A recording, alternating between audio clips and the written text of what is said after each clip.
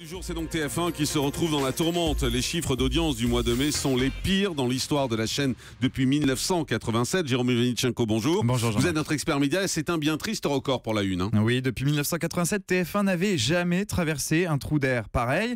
Hier, l'Institut Médiamétrie publiait les résultats d'audience pour le mois de mai. Des audiences consolidées, ça signifie que l'on prend en compte les résultats relevés quotidiennement et qu'on y ajoute les chiffres de la télévision de rattrapage, ce qu'on appelle le replay.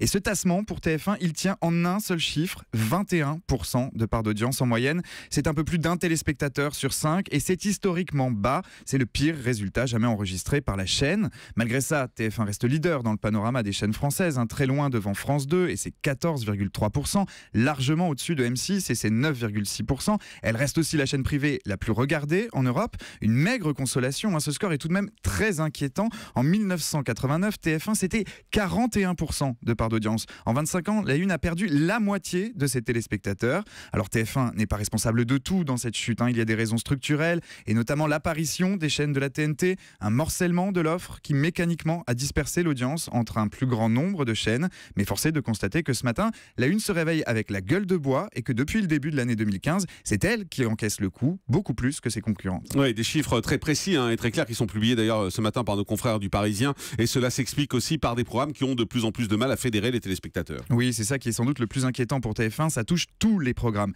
Les divertissements comme l'information ou même les fictions. Ces dernières semaines, la série Doc Martin a déçu en termes d'audience. TF1 ne s'en cache pas et s'interroge même sur l'avenir de la série. Dans le même temps, la dernière saison de The Voice a été raccourcie, ce qui a fait perdre la main à TF1 sur les soirées du samedi soir, qui généraient habituellement de très fortes audiences et faisaient monter la moyenne globale.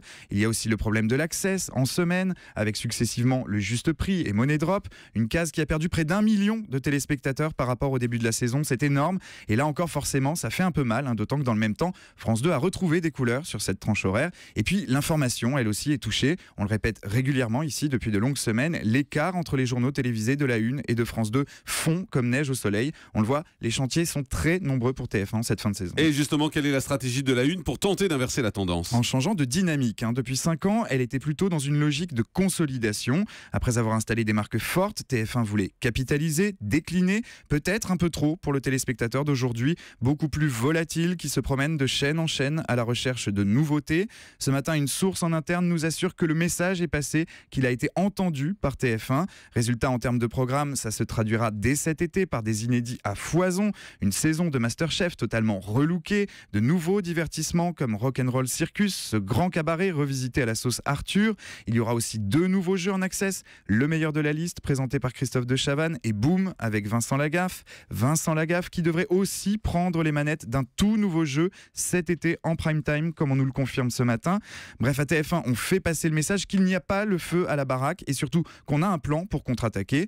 Mais malgré les apparences, on imagine quand même que l'été sera studieux, très studieux même, pour préparer la rentrée et retrouver un peu le sourire. Merci beaucoup Jérôme Ivanichenko. Allez.